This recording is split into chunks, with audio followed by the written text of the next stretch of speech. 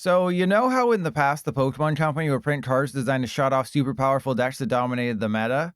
For Mew VMAX, they gave us Drapion V. And for Mew VMAX, they gave us Spiritomb, which is randomly still in Standard. And for Dragapult EX, they gave us Lily's Clefairy EX. Except in all those cases, the decks were so strong that it didn't really matter.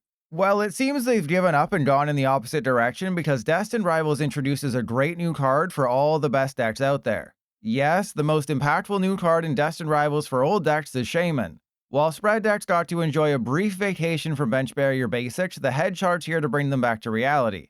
I mean, it was literally in 50% of the top 16 decks from a Japanese tournament with 5,000 players. I've said it before and I'll say it again, Lapras is the hottest Pokemon no one talks about. Also, bench barrier basics are terrible for the game, shutting down an entire strategy by simply existing. There's a couple of key differences between Shaymin and Manaphy, our previous bench barrier basic. First off, Shaymin has 80 hit points, putting it out of Poffin range. Most importantly though, it doesn't protect multi-prizers. So things like Fezandipiti EX and Mew EX and Squawkabilly EX are still susceptible to bench damage. Terra Pokemon like Dragapult EX and Charizard EX don't need Shaymin for themselves as they have a built-in bench barrier, but Shaymin still makes its home in Stage 2 decks. The most popular uses for Shaymin come in the form of Charizard, Dragapult, Gardevoir, Goldengo, Grimmsnarl, Ethan's Typhlosion, and so much more. Basically, any deck that has weak single prizers benefits from Shaymin as it protects them from things like Screamtail, Wellspring Masked Ogerpon, and even Grimmsnarl's 30 damage to the bench. To remind you for the millionth time, because my 10 mistakes new players make video doesn't have a million views yet, damage and damage counters are two completely different things. So Dragapult's Phantom Dive Pings will still go through even if Shaymin's on the field. It's Rabsca you want to have to stop Dragapult. Putting Shaymin into a deck isn't difficult. However you built a deck with Manaphy a few months ago is how you build it with Shaymin, noting that Poffin is slightly less powerful now while Nest Ball and Artisan are more powerful. It kinda feels silly doing this, but here's what Dragapult looks like with Shaymin.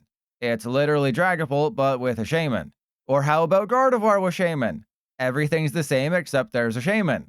And Marnie's Grimmsnarl, surprisingly, is the exact same, just with the Shaymin added. While Shaymin does have an ability, meaning it takes Frostlass pings, Munkidori helps clean them up, making it a non-issue. Unless there's 4 Frostlass on the field, then it's a major issue. Now that we've got the boring stuff out of the way, let's get to something a little more explosive. Based on a coin flip, Team Rocket's Venture Bomb either puts 2 damage counters on any one of your opponent's Pokemon or 2 damage counters on your active. Munkidori exists, so even if you blow yourself and get a little messy, it can clean you up. By far the most popular partner for the Venture Bomb in Japan is Archaludon EX, with Hopzation EX and Dragapult EX also finding a slight use for it. I know it seemed like Archaludon was going to be a top deck in our Journey Together format with Binding Mochi, but I swear, it's totally gonna happen this time. I mean, blow up one bomb and now Raging Bolt is within range. Or do it twice and Goldengo is within range. Or just survive a hit and take advantage of the fact that you now run 2 copies of Munkidori, healing and softening up targets in the process. Because there's a bit of a shift in strategy with this Archaludon build, Hero's Cape is your ace-spec. Giving Archaludon 400 hit points is awesome. And removing its weakness by attacking means Ethan's Typhlosion doesn't completely run you over. To go along with the 3 copies of Venture Bomb, you'll also notice 2 copies of Team Rocket's Watchtower, which I'll touch on shortly. To be honest, Dragapult's kinda lame when it comes to Venture Bomb, with most Japanese lists opting for a single copy. So we'll skip straight to the Hopzation version.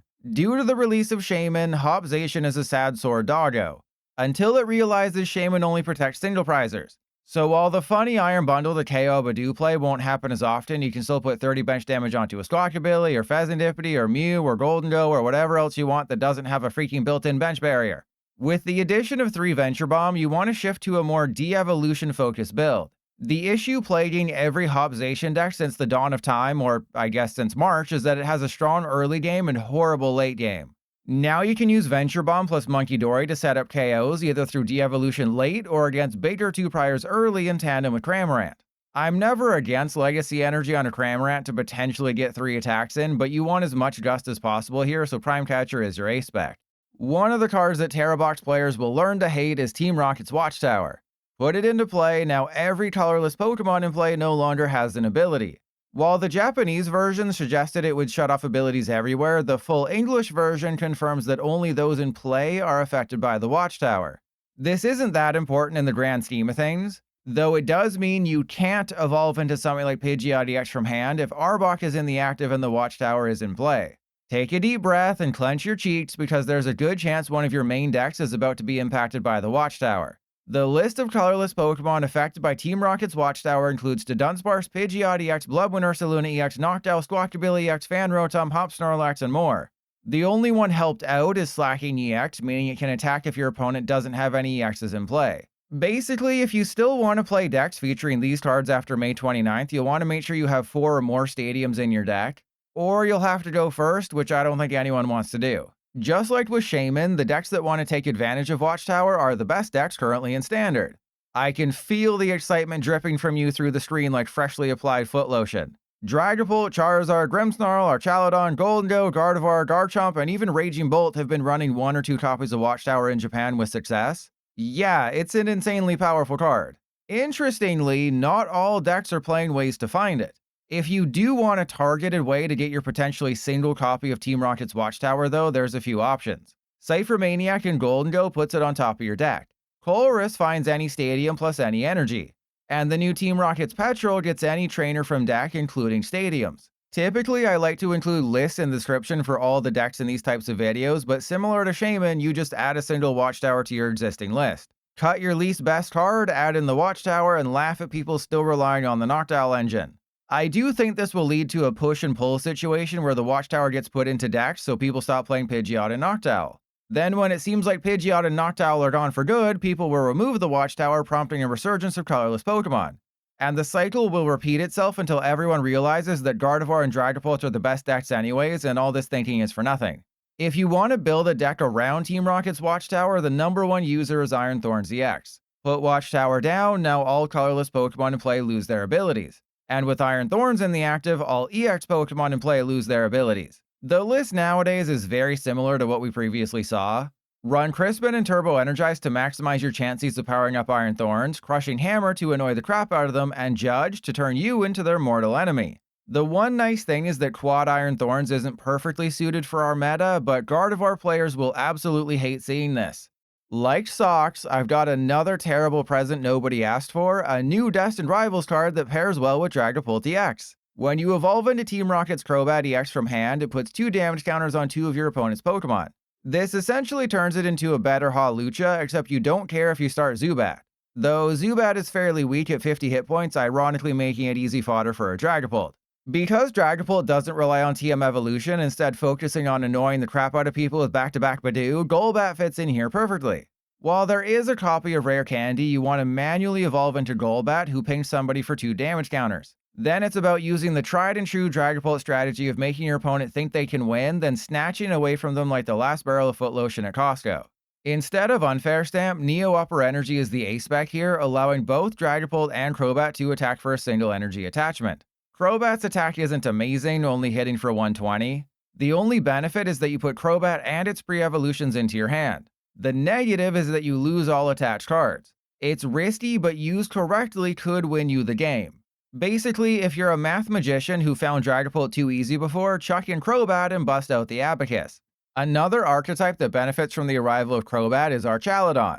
Because you already play Turo's Scenario and Scoop Up Cyclone, recycling and reusing Crobat is super easy, barely an inconvenience. Based on tournament results, this appears to be less popular and less successful than the Venture Bomb build. But at least this one doesn't rely on coin flips, which are the bane of every PTCGL player's existence. I mean, this isn't TCG Pocket, this is TCG Live, where skill matters more than anything else and luck has nothing to do with success. A deck that came completely out of nowhere is Blaziken EX Pecharunt. The reason for its sudden rise, like for the win when he sees a new hit and run card, is due to a few new additions in Destined Rivals. The baby Blaziken is similar to Delphox V, dealing 120 damage to their active plus 120 to a bench Pokemon. Except instead of sending 2 energy to the Lost Zone, you just discard 2 energy, which you can re-accelerate with Blaziken EX's ability. Yeah, Shaymin's annoying, but if they don't have it in play, or if you want to clean up a damage multiprizer, well then Blaziken's pretty strong, especially paired with the evolution. The deck also gets helped out by the new Torchic and Combustion. Before, we only had a 60 hit point Torchic, which got feasted on by Dragapult. Now we have a 70 hit point Torchic that draws a card. And the new Combustion is slightly better, though that's like saying Drowsy is slightly less creepy than Blacephalon. The most interesting variant that's popped up in Japan is Blaziken EX with Pecharunt and Munkidori. It might seem weird, but there's no Brute Bonnet.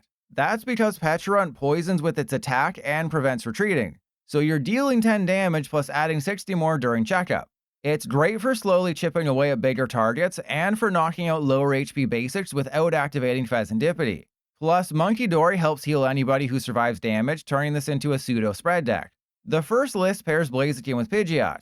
Team Rocket's Watchtower is definitely a concern, so it's a good thing Pidgeot's attack discards any stadium in play. In order to win, you basically can't let your opponent take one-shots. If they do, well, you're screwed. The other list removes Pidgeot entirely to make room for Lily's Clefairy and an extra Munkidori. I wouldn't disagree with a copy of Redeemable Ticket or even a Lily's Pearl, but the strategy is the same. Don't get one shot, annoy them with Pecharunt, and soften them up when you can. As someone who prefers my chickens to have raw power, I'm not sure I believe Blaziken's success in Japan will translate over here. All I know for certain is that come May 29th, Blaziken EX will be more playable than ever before. Sticking with Stage 2 Pokemon from Destined Rivals, we have Annihilape. I masterfully debated putting this in the Road Dex video, but like my ex-wife's jeans from college, it didn't fit. That's because you can only have a maximum of 4 Annihilape in your deck, and the 2 currently available ones are great, meaning you'll only play 1 or 2 of the new one. So you'll be spanking your monkey multiple different and sometimes familiar ways, just not with your ex because that one sucks. While I prefer to only feature decks here that are good, I made an exception for Annihilape. Yes, it'll be rogue and fun, it just won't have a place in Standard. There's simply way too much that can go wrong, and building the perfect list seems impossible. Case in point, the Mankey. One Mankey can one-shot Badoo while beating itself off for 10 damage, which doesn't quite activate Annihilape's ability. And it puts itself in range of Dusclops, making it not great. Thrash Mankey can potentially activate Annihilape's ability when it punches itself in the balls for 20, or it deals 40 damage to their active. The third Mankey is chill, leaving itself susceptible to Dragapult pings, while the fourth has the all-important 70 hit points, making it the best pick. For Primeape, the Raging Punch one seems the best, as it does 20 damage to itself. You could also sweep the leg and try to discard an energy from their active. Obviously, your Primeape is unlikely to survive very long, but they are important. That's because Relicanth is a good safety net. Annihilape can't use Impact Blow on back-to-back turns, and it costs 2 energy. So Relicanth allows you to copy a Mankey or Primeape with a 1 energy attack cost, getting that potential 120 damage boost from Annihilape's ability. The new Primeape in Destined Rivals doesn't seem horrible either, allowing Annihilape to bring someone into the active and punch it for 150. Yeah, it's a lot for a deck that only YouTubers will whack off with. Still, this is my rough idea for Annihilape. You want to lead off with the Destined Rivals one, dealing 280 damage for Reversal Energy so long as it has that 20 damage on itself. To achieve that, you run 4 copies of Team Rocket's Venture Bomb. Flip tails, and your active gets 20 to the face. To make sure Reversal Energy is live when you need it, Dusclops and Dusknoir are there to blow themselves up. For the A-Spec, I chose Neutralization Zone with a copy of Colress's Thagacity to find both it and Reversal Energy. The A-Spec could easily be switched to Legacy Energy or Secret Box or Prime Catcher or Survival Brace or Maximum Belt or, well, you get the picture. Like I said, there's several different ways to play Annihilape, and it's going to take hours of whacking off on stream to get it close to right. To be honest, it seems like just focusing on these 2 Annihilape is best. The one that KOs both actives is fine, I'd just rather hit hard and not give up a free prize. Plus, the Rage Fist Annihilape can deal 280 and 350 towards the end of the game, making it awesome. Oh, and while Calamitous Snowy Mountains seems perfect for the deck, just remember that it only activates when you attach to Mankey. If you want other ways to spank your monkey, there's a Mulga, which damages every bench Pokemon for 10. You'll have to use it twice though, making Legacy Energy a must. Frostlass could work, except you'll need to get the new Annihilape up and running, then just kinda let it sit there for a turn. If you want to get super spicy, Centiskorch and Steelix deal 30 damage to all of your bench Pokemon with their attack. The problem here is that they attack for fire or metal, not fighting. If you're crazy enough to undertake an Annihilape deck, go into the description of this video, copy the list, and start cooking. Because there's something here, I just don't know how many people actually want to find it. Call it crazy or sad, but a deck that everyone thought would be busted has not performed in Japan. I'm of course talking about Ethan's Ho-Oh EX with Armarouge. I personally never had any success with this archetype in the past, which is why I'm so hurt by its not greatness, because I thought it was finally Armarouge's time to shine. As a recap, Ethan's Ho-Oh can accelerate 2 fire energy from hand to a benched Ethan's Pokemon, including itself. Then you use Armarouge's Fire Off ability to move that energy to your active, hopefully powering up a really strong attacker.